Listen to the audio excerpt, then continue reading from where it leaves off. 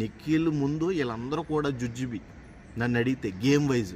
నిఖిల్ని పెద్ద ఇప్పుడు ఎలాగంటే ఒక మాఫియాకి డాన్ చేసినట్టు ఈ మాఫియా ఏదైతే ఉందో కన్నడ మాఫియా నిఖిల్ని డాన్ చేసేసి అతనికి తెలియకుండానే లవ్ చేసేసి అతన్ని తెలియకుండానే అన్నీ చేసేసి అతని బ్యాడ్ కూడా చేసేసారు. అర్థమైందా?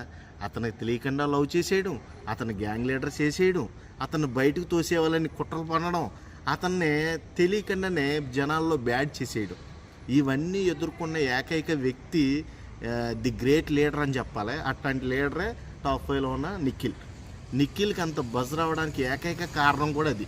ఈరోజు తెలుగు రాష్ట్రాల్లో కన్నడ వాళ్ళు కూడా ఓట్లేసి అతనికి సపోర్ట్ చేస్తున్నారు అంటే మెయిన్ ఉద్దేశాన్ని మీరు గమనిస్తే అతను చాలా కంట్రోల్డ్గా ఎంత కోపం వచ్చినప్పటికీ కూడా నోరు జారకుండా ఆచి తూచి మాట్లాడి అందరూ మనసును గెలుచుకున్నాడు కాబట్టి ఈ రోజున ఇక్కడ ఉన్నాడు.